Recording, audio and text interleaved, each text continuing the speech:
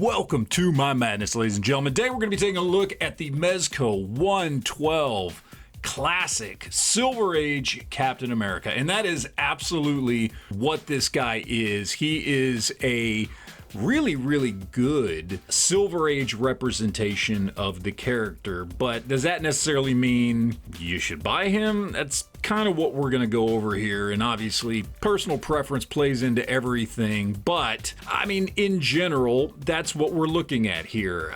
Could you use this as a stand-in for any Captain America, you know, for any part of your collection? Certainly, I guess you could, but primarily this was designed from the ground up to be kind of that 1960s Silver Age version of Captain America. Now, before I go into it too far, I do want to talk about the accessories this thing comes with because it's Mezco. So, you know, you got to talk about the accessories and what they've got going on there, because for the price tag, which we will talk about, you do expect to get a decent amount of accessories. We do get a couple of extra heads for this guy. So we've got kind of a mean, gritty Captain America head there, and then of course we've got our Steve Rogers head on top of that. If you do want to use the Steve Rogers head, you do have the cowl that will hang down over the neck. You do get 4 extra sets of hands, a nice variety there for a bunch of different display options. Then of course you do get your shield effects here. So you've got the swooshing shield that does clamp onto his shield. You've got the piece that makes it look like it's bouncing off of something and ricocheting. And then of course you get the stand for these shield effects. You also get a little clip up here that your shield will clip to. I'll talk more about that. And then we get this piece right here, which I don't even know what that is. I'm going to be real honest. I have no idea what that's supposed to be. Some kind of little electronic accessory device. It's not anything I remember from the comics, so I'm not exactly sure what that is. And then, of course, you get a Mezco stand. Really nice stand. Big. Too big, in my opinion, you know, because it's just going to take up a lot of space on the shelf, but you do get that stand with the clamp on it, so you can get him in a bunch of different poses if for some reason you have room for something this large. But let's get to the figure itself. I'm going to start off with a couple of little nitpicks and things that I don't like about this figure. One is kind of what we've already talked about. This is a Silver Age version of Captain America, and with that comes the trunks. I don't like that look for Captain America. I know that was his look, his kind of Kirby-esque look back in the 1960s, but I'm not a big fan of it. I get it, that's what they were going for. It was a design choice, cool, but not my favorite when it comes to that. The other thing, and this is something that I just kind of was surprised by, was the fact that his shield strap that goes around his shoulders there, and you can attach the shield to the back with those 3 pieces, and I'll talk about that in here in just a minute, is a different color than his belt. And even Marvel Legends usually gets this right, where if he's got a black belt, the shield straps are black, and so are the pieces here many times. And if it's brown, then this would be brown as well. They usually keep those colors matching. On this one, they didn't do that, and it just kind of looks weird to me to have this kind of light brown strap for the shield and a black belt. I don't know. I'm being nitpicky. I get that. That's what this is about, but that just kind of bothers me. So at some point, I'm going to either dye or paint this to match his belt, because I do like it when he has his shield straps on. I don't know, it just kind of makes it seem a little more tactical and a little bit more like he's a soldier, which of course he is. The last thing, and this to me is not a nitpicky thing, this is an actual legitimate problem with the figure, or in this case, the accessory. The other 2 things, just me kind of bitching a little bit. And that's how this shield attaches. Now, I'm not going to take it off because of what we're about to talk about. But the shield here, you only get one, actually does detach from this arm piece, and you can attach it to here, or you can attach it to that little piece that I showed you from the shield accessory pack that you get. But essentially what you have here is you have a little rectangle hole and 2 small round peg holes. And in the shield right here, there's a rectangle peg sticking out with 2 small round pegs. So what you have to do is you have to plug the rectangle in one direction, then twist it until the other two pegs line up and it pops into place. And that sounds all great and good until you realize the fact that this is soft plastic and this arm piece is soft plastic, and those pegs are hard plastic. And every time you rotate this shield to put it in and out of one of these accessories, you're damaging the soft plastic, whether it be on this strap or on this strap here for his hand. I don't know, man. Like, I know there's been a lot of companies that have tried a lot of different ways to figure out the whole how best to attach a Captain America shield. You know, with Marvel, we get the little peg and clip that everybody hates. I honestly don't hate it. I wish that they would make this out of metal or something so that these two side pieces, these clamps, wouldn't bend and break off. But I actually don't hate it, and from an action figure perspective, I think it makes a lot of sense that you can just clip this on to his wrist and then flip it, and you've got a peg for his back. I think it makes a lot of sense. I understand what they were doing, but of course, it's never really been effective, and you always have to be real careful because you can snap these and then you can't use the shield at all. So, you know, I get that.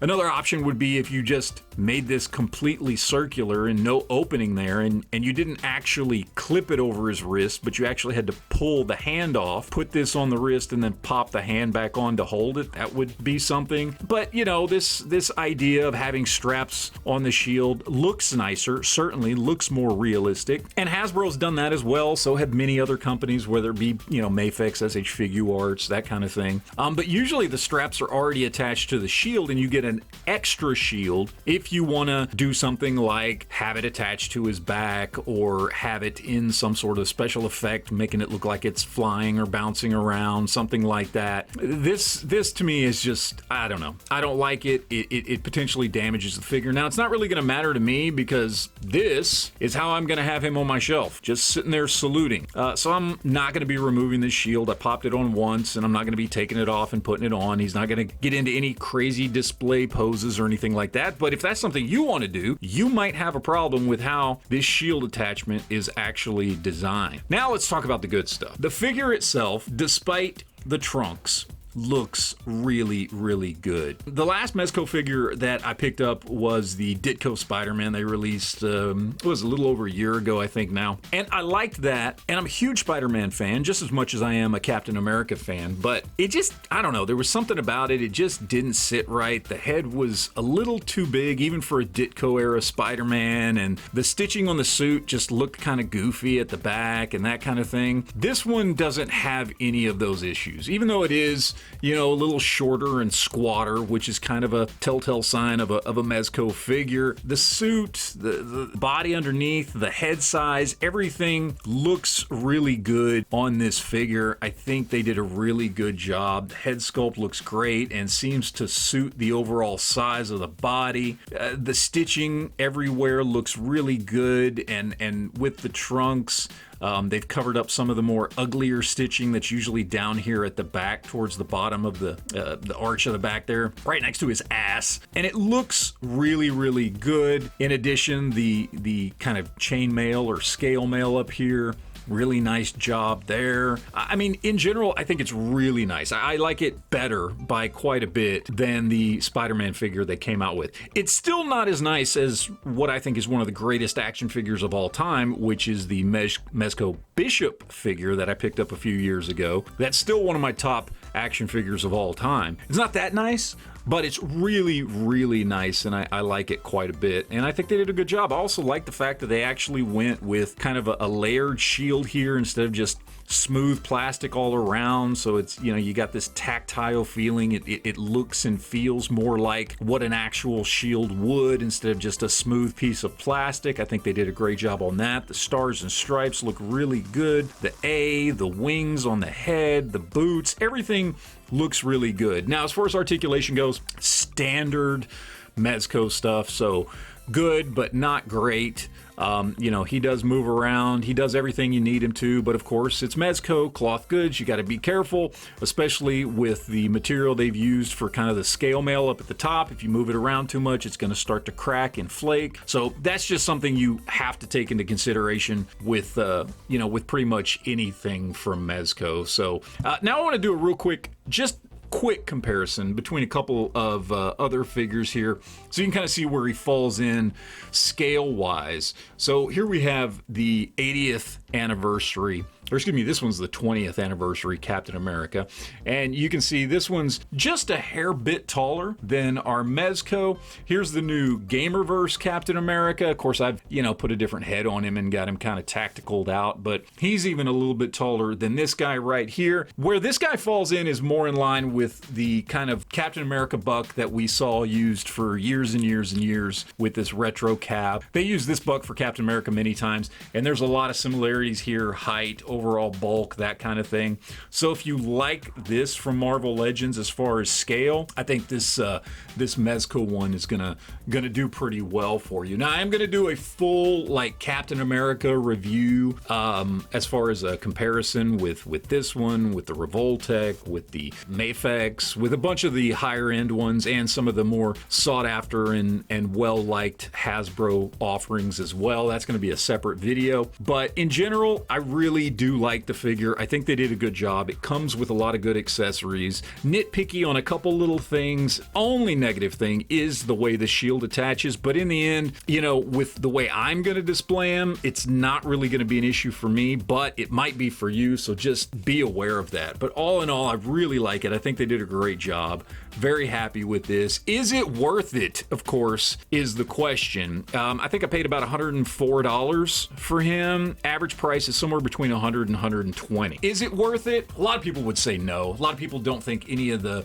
import or higher end figures, whether it be SH Figuarts or Mezco or Mafex or whatever else, are worth those prices. So it really depends on whether or not you're just a really big fan of the character like I am, or you're looking for a one and done character. In other words, you only need one Captain America. Would this fit the bill? I mean, yeah. I mean, if you don't mind him having the more traditional, Kirby era Silver Age look to him, it absolutely would be a fantastic singular Captain America in your display and on your shelf. From that perspective, I think, yeah, it's worth it. It's a higher end figure. It's cloth goods. It's well done. It's got a lot of accessories. It looks really good. Yes, I would definitely say that it is worth it. And I'm a cheap bastard, so that's saying something from me. In the end, I like it. I can give it 2 thumbs up. Highly recommend. And if you're a Captain America fan, this is definitely one to get. So that's it, guys. I appreciate you watching. Always remember to enjoy your collection.